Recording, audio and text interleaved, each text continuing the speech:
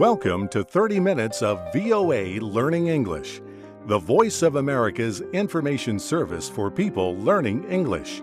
Join us now for In the News and American Stories, coming up after As It Is.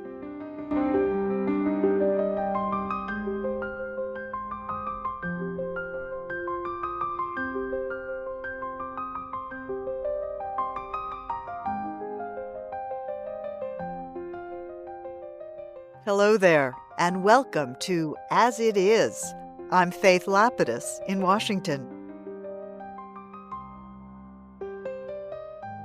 Computer technology has revolutionized the world. It has changed the way people interact and how quickly they are able to connect with each other. Today, we hear how supercomputers are getting smarter and faster.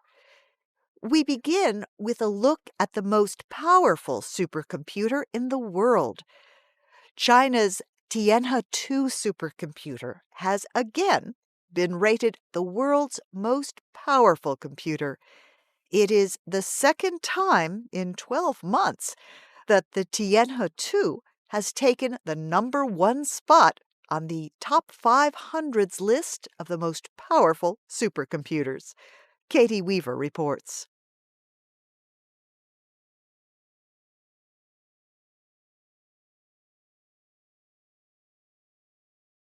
Experts measured the supercomputer's performance at 33.86 petaflops, or quadrillions of operations per second. China's National University of Defense Technology developed the supercomputer, which runs twice as fast as the number 2 rated Titan supercomputer. It belongs to the United States government's Oak Ridge National Laboratory in Tennessee. Both Tianhe-2 and Titan are part of an ongoing race to make supercomputers faster and more powerful. So, what is a supercomputer? A basic personal computer has one microchip at the center of its operations. This central processing unit, or CPU, executes a set of commands contained in a pre-designed program. The first supercomputers had a few more CPUs. That number grew as microprocessors became cheaper and faster. Andrew Grimshaw, a computer science professor at the University of Virginia, explains. Today, supercomputers are all what we call parallel machines. Instead of one CPU, central processing unit, they have thousands and thousands, and in the case of the Chinese machine, depending on how you count, millions of these central processing units. These parallel machines are made up of many individual computers called nodes. They are all positioned in one block. They use a lot of power, create a lot of heat, and require huge cooling systems. They also use programs different from those used by ordinary computers. Professor Grimshaw says anyone with enough resources can build a supercomputer to solve problems that require millions of mathematical calculations. But that is not always necessary. A virtual supercomputer can be created by networking individual computers within a university campus or company. These machines then process data during downtime when no one is using them. Those are very easy to run on virtual supercomputers because each problem is independent of all the others, and I can scatter these jobs out around the place. We run these all the time at UVA. Professor Grimshaw says that until 10 years ago, engineers worked on making computers faster. Since then, he says, they have worked to create more powerful parallel machines. It's transforming science and engineering, and is going to continue to transform it in ways that I think most people don't fully grasp how well we can model and simulate the world now. I'm Katie Weaver. And I'm Faith Lapidus. You are listening to As It Is from VOA Learning English.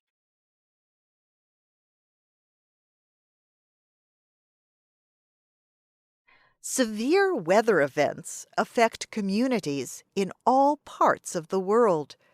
Earthquakes, typhoons, tsunamis, and tornadoes have caused billions of dollars in damage and killed hundreds of thousands of people. When Hurricane Sandy struck the United States in 2012, many people complained that weather reports leading up to the storm had not been correct. Now, scientists are looking to supercomputers to help improve weather predictions. June Sims has more.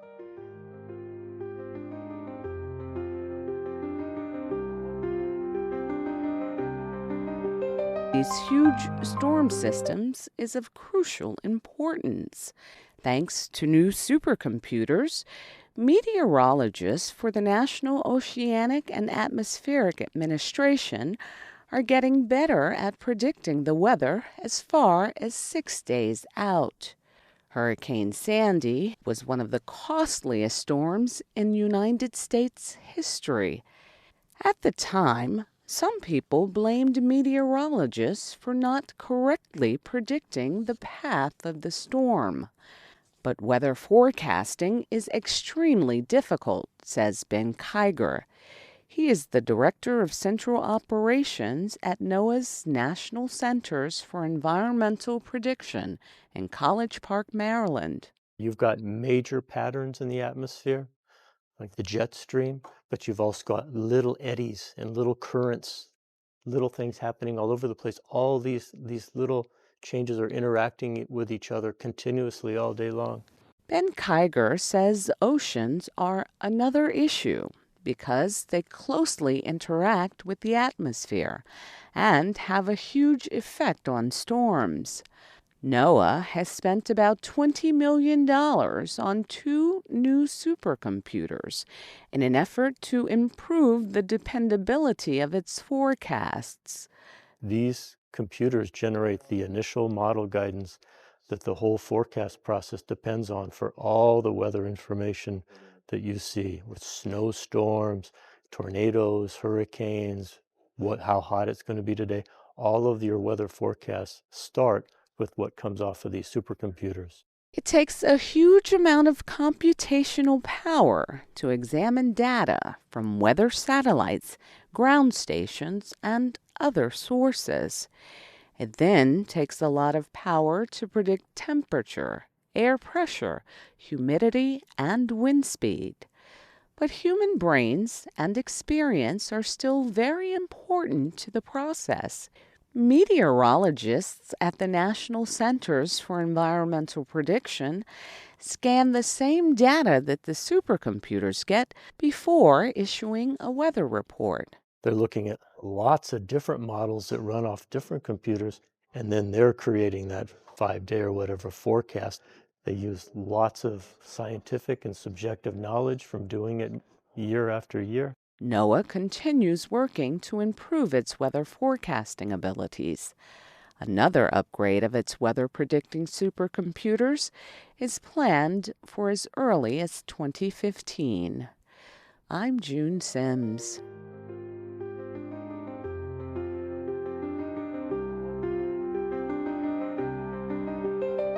That's our show for today. I'm Faith Lapidus. VOA World News is coming up at the top of the hour Universal Time.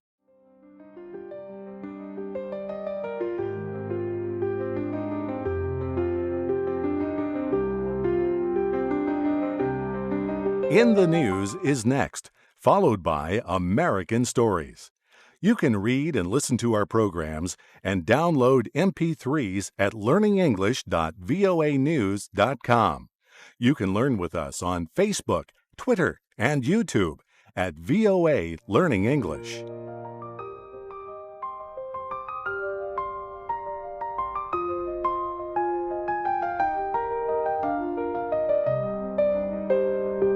From VOA Learning English, this is in the news.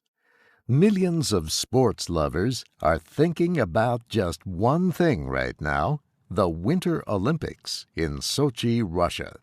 Close to 2,900 men and women are set to compete in the 2014 Winter Games. The opening ceremonies were held Friday night. The Games continue through Sunday, February 23rd. The Olympics are bringing a lot of attention to Sochi, a city on the Black Sea. Sochi is a popular area for vacation travelers. The area is known for its mild winters with warm to hot weather in the summer. At least $50 billion is being spent on the 2014 Winter Games, making it the costliest Olympics in history. $7 billion was spent on the 2010 Winter Games in Vancouver, Canada. Olympic officials chose Sochi to host the 2014 Games almost 7 years ago. At the time, Russian President Vladimir Putin said the Games would cost about $13 billion. Yet the real cost is 4 times his estimate. So where did all the money go? Many Russians say people involved in the project have taken some of it. One research group found that 38% of Russians it spoke with said the Olympics increased the likelihood of corruption. Other observers say the high cost is partly the result of security measures. Brian Jenkins is a terrorism expert from the RAND Corporation. There are anywhere between 70,000 and 100,000 policemen and military troops deployed around the city. In addition, we hear reports that Russian authorities are going door to door in Sochi looking for suspects. The main threat comes from separatist and Islamist groups from the North Caucasus, especially from Chechnya and Dagestan. One group claimed responsibility for 2 suicide bombings in Volgograd last December. The attacks killed more than 30 people. The city is only about 600 kilometers away from Sochi. Bruce Hoffman is a terrorism expert from Georgetown University in Washington, D.C. He says the increased security makes Sochi a difficult target for terrorists. He says they probably know they cannot get close to those attending the games. But they can, and I believe their intention is to make life difficult for the Russians and to create some sort of an incident that takes away from the enjoyment and the sporting spectacular that's the Winter Olympics. The last time Olympians from around the world competed on Russian soil was in 1980. That was a year after Soviet troops invaded Afghanistan. 60 countries boycotted the Moscow Summer Games. Thomas de Waal, a British journalist, says President Putin has a lot invested in the Sochi Olympics. He is a man who, as we know, has made his whole brand about this is a man who has put Russia back on the map, who's made Russia strong again, respected again, a place of prestige. As the Games began, protesters were criticizing Russia's treatment of homosexuals. Critics of a Russian law recently demonstrated in 20 cities around the world. They said the law bars nearly all public discussion of homosexuality. President Barack Obama is not sending any top officials to the Sochi Olympics. Instead, the U.S. delegation includes tennis great Billie Jean King and 2 other openly gay athletes. And that's In the News from VOA Learning English. I'm Steve Ember.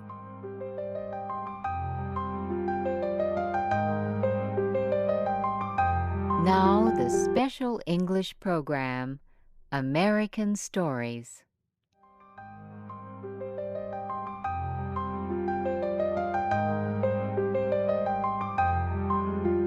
Our story today is called No Place to Hang the Lantern.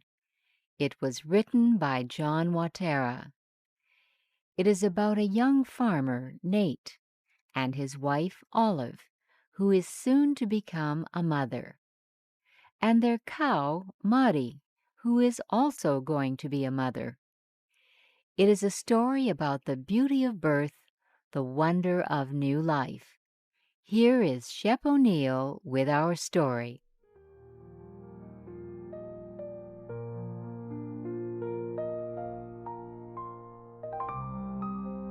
Olive Bowen made some hot coffee to take to her husband, Nate, who was over in the barn.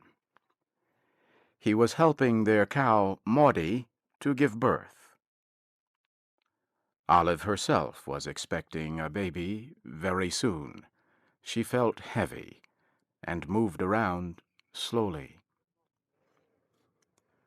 The coffee boiled on the stove, and Olive poured some into a pot and carried it to the barn. It was black inside the barn. The darkness made Olive nervous, and she stood at the door, not sure what to do. Should she call Nate, or go slowly and carefully through the darkness?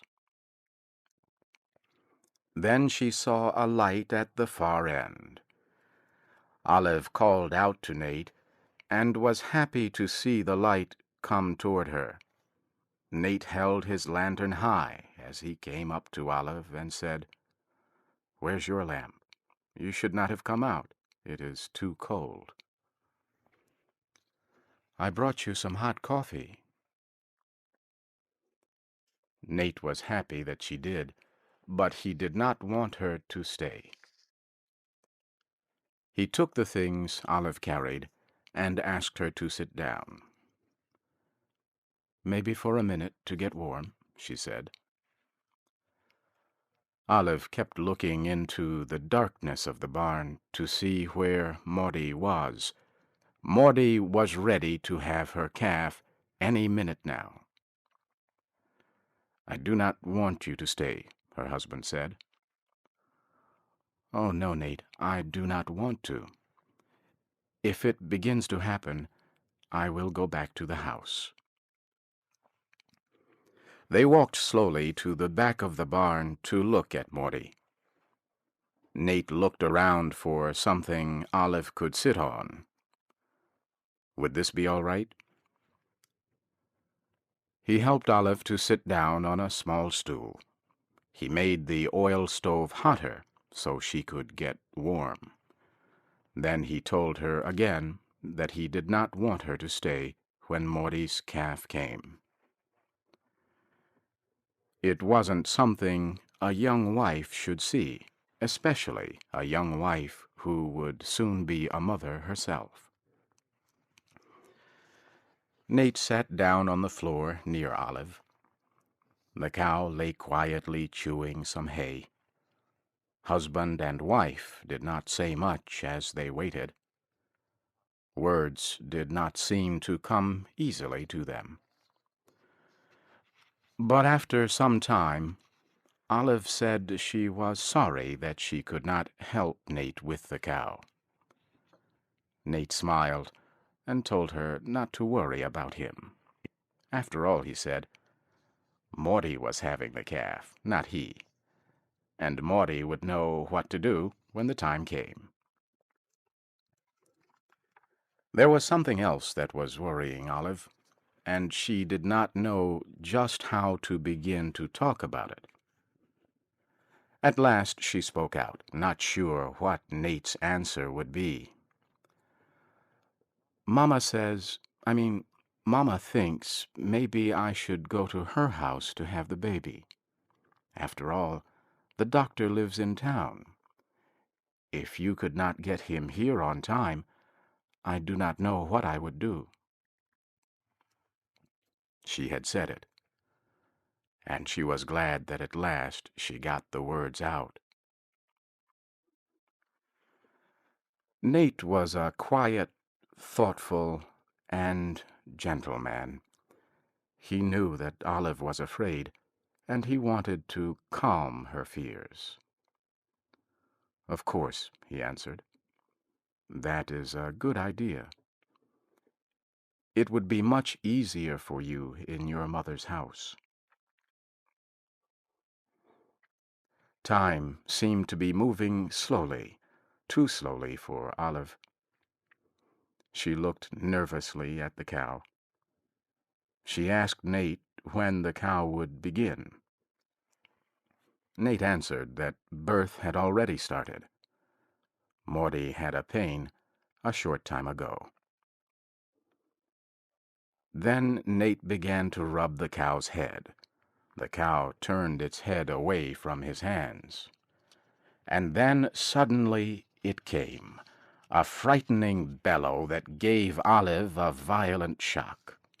Olive could see it clearly, part of the head of the young calf slowly, painfully coming out. Olive felt very shaky. Her hands nervously touched her own body. She could feel the shape of her baby. Nate was worried, and he told Olive to leave, but Olive could not go. She just could not pull herself away. She kept looking at Morty as the cow made her great noises and struggled to push out the calf. Nate saw that the cow was in trouble. He knew she needed help. He looked for a nail in the wall where he could hang his lamp. There was none. He was angry, but did not know what to do. He had to have light. Olive said he should have asked another farmer to help him. This made Nate even more angry. He ordered Olive out of the barn. Suddenly, Olive saw that Nate was also afraid, fearful that the cow's struggle would be too much for him alone. And at that moment, she decided that nothing could drive her from the barn. She demanded that Nate give her the lamp to hold so that he could have all the light he needed to help Morty. Nate said no. The birth would make her sick. "Please go," he said. Olive laughed and answered, "Nate, I think it is you who is going to be sick. Give me the lamp." The emergency strangely changed Olive. She no longer felt fearful. There was a sudden new strength in her. It surprised her. Nate looked at his wife. As she took the lamp from him, he smiled. He softly touched Olive's face with his hand. Olive had never before felt so close to her husband. It was a wonderful moment. Now Nate could see and could work. He put fresh hay around Morty and went to look for some old cloth. He needed the cloth, he said, to hold the calf's wet head as he pulled it out. Nate and Olive joked and laughed as they waited, but soon they stopped, for the cow was now in violent pain, and they could see the calf's whole head. Olive held the lamp. Nate told her not to look, but she had to look. As she watched, Olive was afraid, but not for the cow, or even for herself. She was fearful for the baby, for this little creature that was coming into the world. At last it was done. Morty was quiet. In the hay lay a little wet calf. It tried to stand up but could not. Nate gently helped the calf to its feet. He took it to Morty. He opened the calf's mouth so that it could take milk from its mother, but Morty made an angry noise and kicked the calf away. Nate spoke to Morty as though she could understand him. Here now, a mother should not do that to her baby. Olive asked, "Does she not love her baby?" Nate said, "She still remembers her pain, but she will love her calf in the morning." Olive and Nate were both tired. Olive remembered the coffee she had brought to the barn. She put it on the hot stove. Nate dried the calf with the cloth. As he worked, Olive looked through the barn window. She saw the apple trees with snow on them, and the light in her kitchen, and the first rays of the morning sun. It made her feel warm and happy. She was part of her husband's life. Suddenly, Olive heard the sound of the boiling coffee. She turned from the window. She laughed as she saw Nate trying to cover the long, kicking legs of the baby calf, and he laughed too. Now the calf was covered and quiet, sleeping near its mother. Nate and Olive sat in the hay. They held hands as they drank the hot coffee. They felt no need to speak as they looked at the beauty of the first baby in their lives.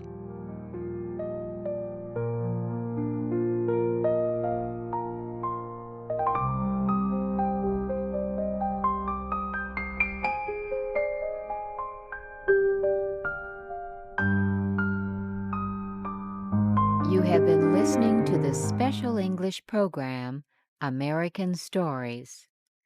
Our story today is called No Place to Hang the Lantern. It was written by John Watera and was published by Yankee Magazine. Your storyteller was Shep O'Neill. The producer was LaJuan Davis. The Voice of America invites you to listen again next week at this same time to another American story told in special English. This is Shirley Griffith.